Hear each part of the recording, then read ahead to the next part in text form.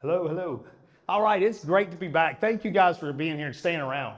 It's good to follow lunch, right? I'm going to have a lot of people trying to stay awake, but thank you for staying. I'm super excited to be here. I grew up right down the street on Victory Gardens on the Bayou, right?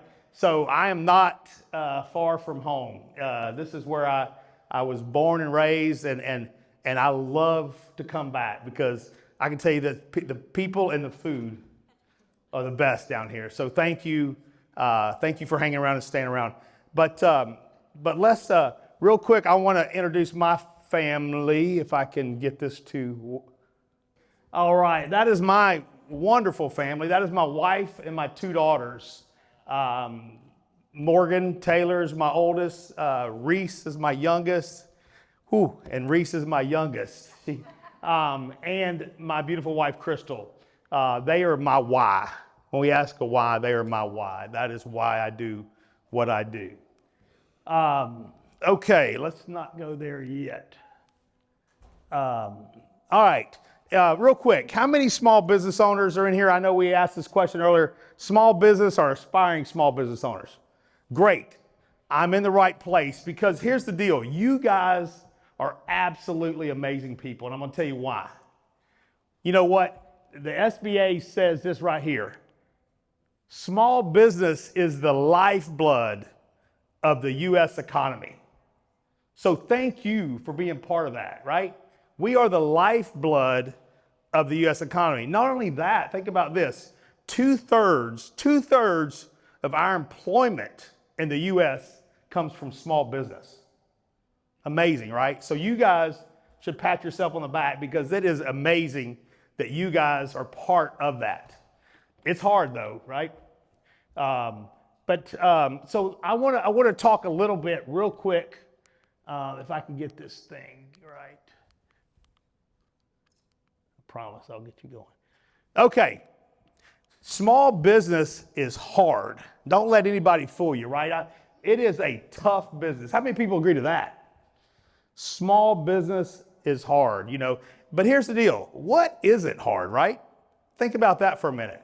What worth fighting for is not hard? Let's really think about that. I mean, anything worth fighting for is difficult. Because if it's not, you need to look at it, right? We need to look at that. But small business is hard. And I'll tell you this, I'm a small business owner too, and I have hit my bumps. I've had my collisions with challenges, and I've had my successes. But it's been hard. Don't kid yourself. It's hard. I want to show you a little bit. I want to tell you my road so that I can kind of explain some of the things where I've been to maybe I can help you, right? So in the 70s, I was diagnosed with juvenile diabetes as a young kid. When I say brittle diabetes, I mean, it was really challenging. And so we battled with juvenile diabetes. My mom and dad battled with taking care of me, getting to Texas Children's Hospital over in Houston, sometimes in the middle of the night. A lot of times, not sure if we were even going to make it to Texas Children's. It was really a hard time. While I was there, though, they were working on a device for diabetics that would, you could put insulin in, and we called it an insulin pump. You guys now probably thinking, man, there's a lot of people who wear insulin pumps. Well, guess what? I was a lab rat back in the 70s on an insulin pump. They were putting it on chemotherapy, and one of the doctors said, was on the team that came up with this insulin pump, and they put it on me in the 70s. And they started pumping insulin in me through an insulin pump, which was very challenging. We were going down the right path, but it still was not clear, right? I had lots of challenges with my diabetes. And there's people here that know me from my childhood probably are really surprised that I'm actually still here, because there were a lot of challenges. Different insulin pumps. I mean, I went through different pumps that went from, my first pump was 1 pound, 9 ounces. So it was a brick. As you guys know, pumps got smaller. There was a few that I may have jumped in the bayou with, so I had to go get new pumps. There were pumps that I broke because I hung off the go-kart. There were a lot of different things that, as a kid, wearing these pumps were really challenging. As we go through, though, you'll see here, I was put on the pump, and then I had a lot of, I wouldn't say there was a clear path because there was still a lot of challenges. But in '93, my first daughter was born, Morgan. And that was a huge, and what I'm trying to show you here is there's some highs and there's lows, right? There was challenges. We have challenges. As we go on, 1999, living in Austin, Texas, I was really tired. I go to the doctor, and the doctor says, Ty, he said, in fact, I went at lunch. I went on a lunch break because I wanted to get back to work. And he says, Ty, you're not going anywhere. He said, your kidneys are failing. And I said, they're failing? He said, yeah. He said, not only are they failing, he said, you need a kidney transplant. And I said, okay, so let's talk, what is a kidney transplant? And he said, well, went into that, and he came back and he said, Ty, not only do you need a kidney transplant, you have such brittle diabetes. If we put this kidney in, it's just going to eat it up, and you're going to have multiple kidney. He said, there is a doctor in Baltimore, Maryland, that is doing a research. Here comes that lab rat again, right? They're doing research in Baltimore, Maryland, where they're doing a dual transplant, where you can do a kidney and a pancreas transplant at the same time. And he said, we just got to find out if you're a candidate. So I take off to Baltimore, Maryland, come to find out I'm the perfect match. I can do this, right? I mean, I'm a candidate, excited. And my mother, who was 60 years old at the time, says, Ty, and she used my middle name, so I knew she was serious. If I am possible to give you your kidney, you're getting my kidney. That is my role. And I said, yes, ma'am. So Mom and I go over and we get tested some more, test after test after test. Sure enough, she's a match, right? So we're on track. So now I've got my kidney, right? But I'm waiting on a deceased donor to receive a pancreas. So we're back in Austin, Mom's in Orange here, and I am waiting on the call, right? The call. So 6 months go by, tough times, right? Because I would never stop working. I would go to work, take a nap at lunch, and I was home by 6 to go to bed so that I could do it all over again the next day. Challenging times. And so I get the call, Super Bowl Sunday of '99. Some friends of mine asked me if I'd go watch this Super Bowl with them. So I said, sure, I absolutely would. But I couldn't stay the whole time, and I didn't. I got back. About midnight, my phone rings, and it was a 410 area code, which I knew that was a Baltimore number, right? Calling me at midnight. And I'm like, immediately got nervous. But what I didn't tell you guys is I had a 50-50 shot of surviving that surgery. The doctor said they've had 4 people with it. And so I asked about the 4, and what they said, there's only 2 that can really talk to you. So 2 of them had not made it. So I'm looking at a 6-year-old, maybe for the last time. And I'll tell you, it was very hard to answer that call. And I did. And what they said was, Ty, there's been an accident in Philadelphia, and it matches your pancreas perfectly. Don't get nervous, she said, but I want you to get prepared because I think we're fixing to get you on a flight over here because it's very much a timely thing. And my mother, who I've talked to every day and has never not answered the phone, did not answer the phone when I called that, asked, and I got a little nervous. And finally I got Mom and we connected and they called me back and said, let's go, it's on. So we jump in planes, we all get to Baltimore, Maryland. It's like the movies. I mean, it literally is like the movies. They got everybody kind of rush, and then we get there and we wait, right? So they start all the testing, they get me going. My Family was notified. Everybody was getting ready, coming from different directions. And it was really a pretty wild time. And I'll tell you this, I went through a 16-hour surgery. So I had my mother, me in the middle, and then they were working on the pancreas to prepare it to be put into at the same time. 16-hour surgery, it was a success. In fact, the doctor said when he was sewing my mother's kidney together, it started working, which was causing challenges to finish the surgery. So it was an absolute success. Now, if you had asked me that for the first year after that surgery, I wouldn't recommend it to nobody. In fact, they asked me if I would talk to some other people, and I would tell them, you don't want me talking to other people right now. It was really hard, but they said, look, give it a year and you will feel better. And I will tell you guys, to that 1 year, it was amazing. So I had, if you think about it, and I didn't have diabetes, right? I grew up with diabetes. When they put a pancreas in me, I no longer had diabetes. Now, the doctor says I can't say there's a cure for diabetes, but I didn't have diabetes. And I got to drink a Dr. Pepper and I ate a Snickers. And it was the best I ever had. But I'll tell y'all, it was amazing for 12 years. That pancreas was amazing, right? It lasted for 12 years. I lost the pancreas in 12 years. And then, we'll keep going here, right? In 2006, I opened up a small business.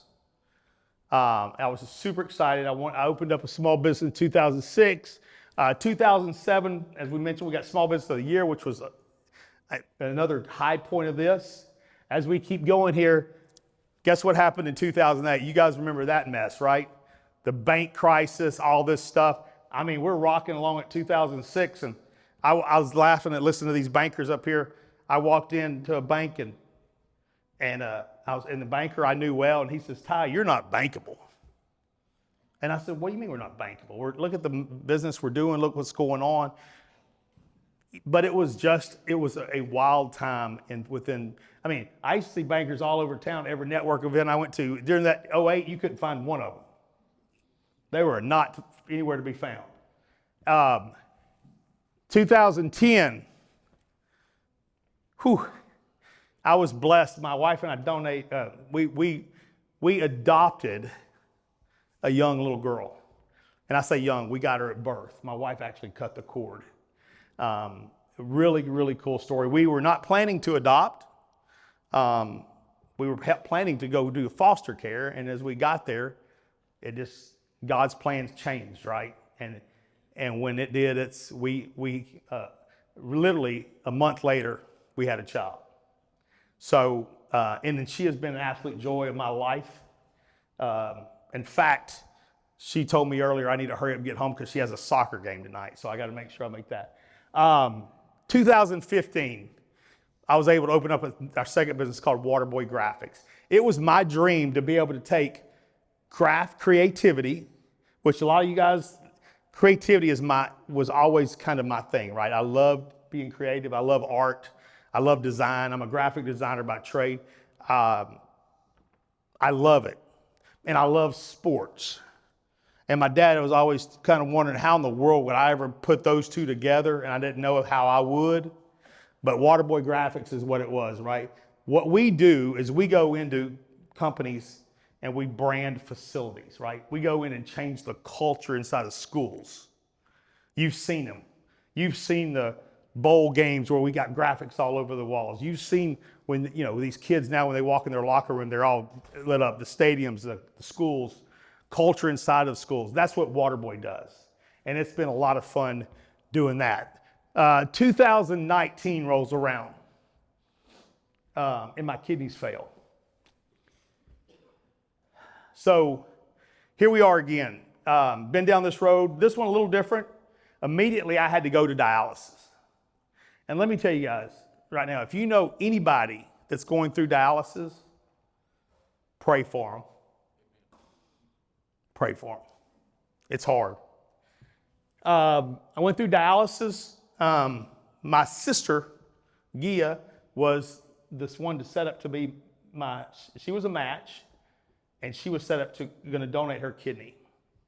We went through this thing. We got all the testing. We got down to the last little bit, and come to find out there was some kind of filtration in her kidneys, and the doctors came back and said, she's not going to be a match for you. So I was on dialysis a little bit, and my wife, Crystal, said, Ty, I'm not your blood type, but what I'm going to do is I want to go donate my kidney, and we'll put it into the bank where somebody else can donate you a kidney, and we'll get you a match. Because I would go to dialysis at 4:30, Monday, Wednesday, Fridays, until 9 o'clock. And then I'd go to work.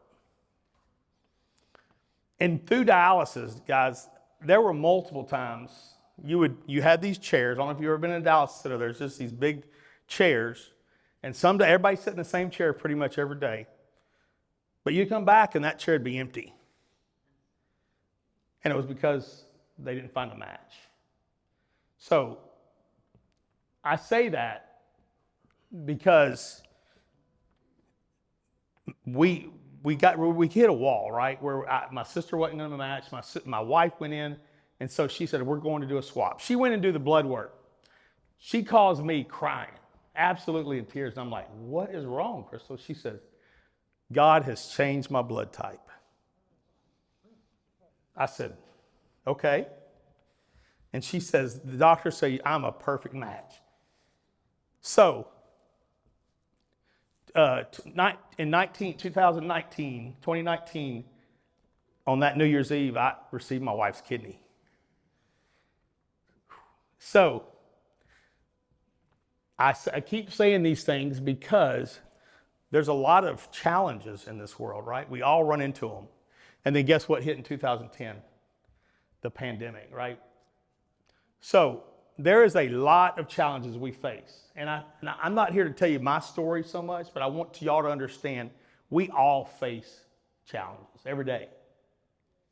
Every day we face challenges, but it's what we do with them that's going to matter. So people ask me, Ty, how did you get through all this?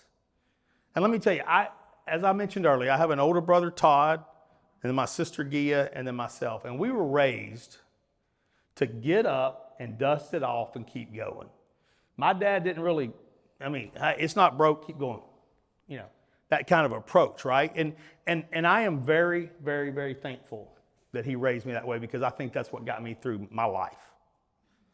Kind of push through.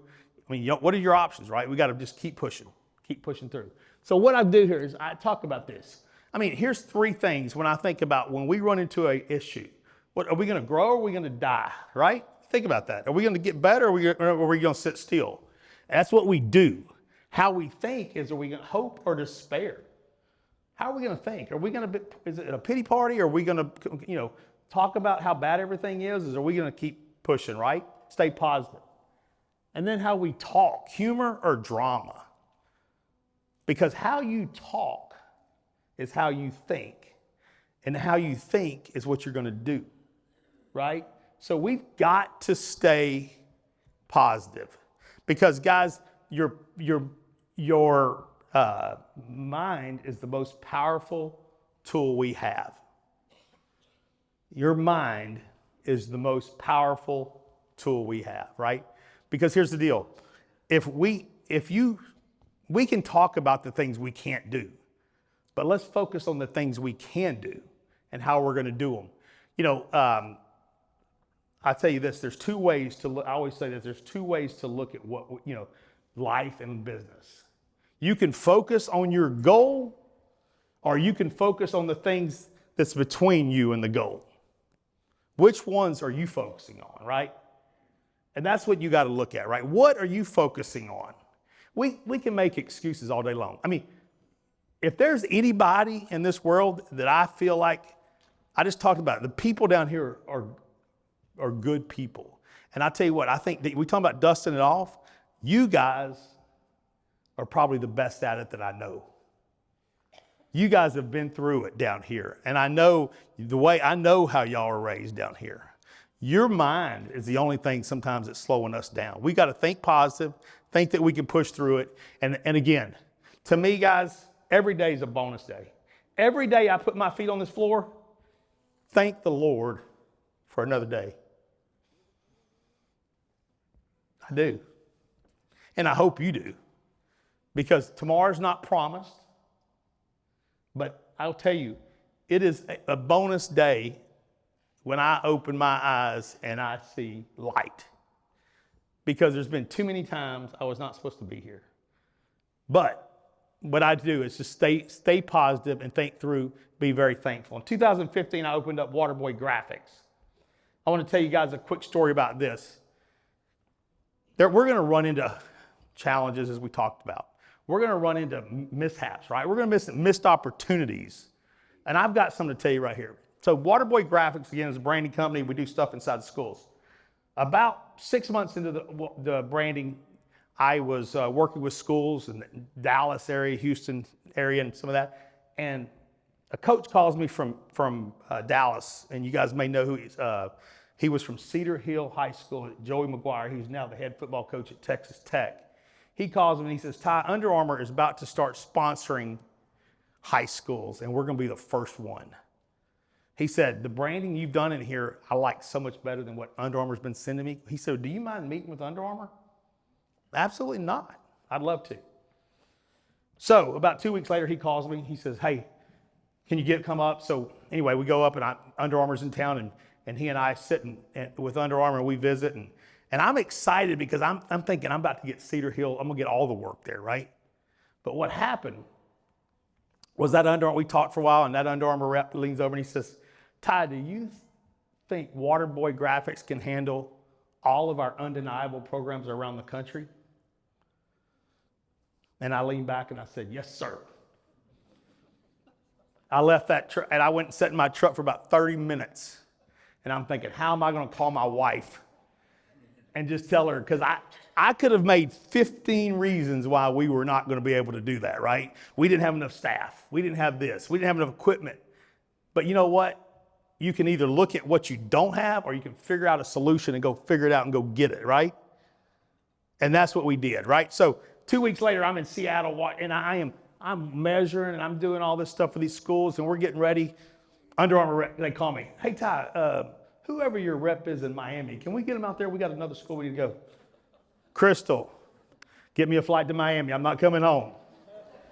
Off to Miami I go. I'm buying clothes in the airport, y'all. I mean, we're off, right? And this thing was going, but we were running at full pace, but we were as we built our team and we got people in place, it worked. We still today work with Under Armour in a very high level. But what I wanted to tell you was there was a lot of reasons we couldn't have done that.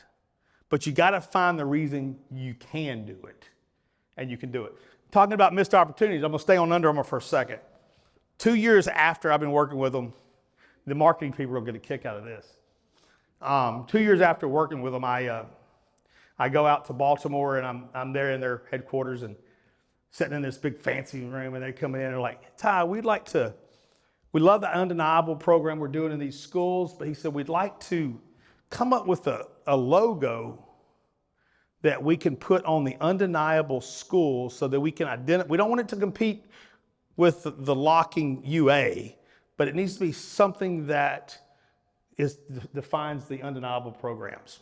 So, me, if you guys know me, I'm a doodler. I sketch everything. I draw everything on napkin. I drew a logo on a napkin. And they said, yeah, something just like that. I like that. Okay, let me get with one of my designers. We're going to clean it up. We'll get it back to you. Send it, one of my designers, I sit down with them and we go through it. We create this good little package and we send it to them. About a month or two later, I'm running into Dick's Sporting Goods to try to grab some soccer socks that we forgot before a game. I'm sure some of y'all can relate to that. So I run in and I look up, and on one of those huge billboards is that logo that I drew on that napkin. The undeniable products. So I started looking around and I saw undeniable this and undeniable that, but it was that logo that I drew on that napkin. So I took a couple pictures of it and I sent it to my Under Armour guy and I said, hey, this looks great. Well, I'll tell you this, we never that didn't work out the way I wanted it to. Are you talking about a missed opportunity? As a marketing or an ad agency would have thrived on that, right? But what we did is we kept our head down and we kept that relationship with Under Armour, and it has paid off 10 times. But my point is, we're gonna mess up. And my wife tells me if I ever draw anything on a napkin again, I better take a picture of it. But I can tell you this, we all have missed opportunities. Stay focused on the positive, figure out the missed opportunities on what we learned from it, and keep moving forward. Because we're all going to have missed opportunities. And I want to start to kind of wrap it up, but you are the brand, right? I don't care what your sign says. I don't care what people want to do business with people they know and trust. They want you. You've got to take your values and pull it into your brand. People want to do business with you, not so much this big logo that you've got on you. They want to know you. That's why when we talk about social media, it's important because it gets them to know you. So what I say is get in your business, stay in your business, get to know people, take your values and bring it to your brand. Because there's studies out there that talk about the brand is going to be you. I was on a call the other day and the founder of Shopify, right? And he has got his own brand. He's the owner of Shopify, but he works on his personal brand as much as he does that other. He says the personal brand is just as important as the other. People need to know him. People need to know you, right? So work on your brand. People need to know who you are. And I encourage you to do that. And guys, I want to, again, close here, but I want to say, I made a promise laying on that deathbed that I want to find a way to help people. And I'm really not a public speaker, as you can tell. But you know what? I'm passionate about helping people. And now that I have been able to get in a different position with my company, that I'm not looking at spreadsheets every day and I'm not in the grind, I made a promise to our good Lord that I would do what I could do to help. And my hope is today that I've helped somebody just start looking at things different, because life is short. And I want you guys to take the opportunity to take what you're doing, your business, your brand, your products, and make it the best you can make it, right? But 90% of it is right here. It's got to be a positive thinking.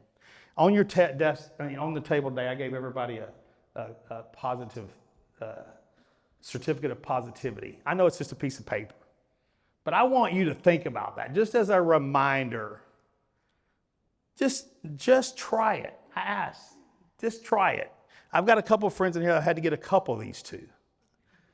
But my point is, just a simple piece of paper sometimes can remind you of how we need to think. Put that on your mirror. Stick it somewhere where you see it, right? A positivity. Because I can promise you it will help, from home to your business relationships to whatever it may be. Positive thinking is powerful. And that's what got me through my life. And I will tell you guys this. Thank you again for letting me be here. But please think about if we could go out and approach life as if there were no options but to be successful, right? Don't have a plan B. Do not have a plan B. Don't let that be an option. And it's amazing what you'll do.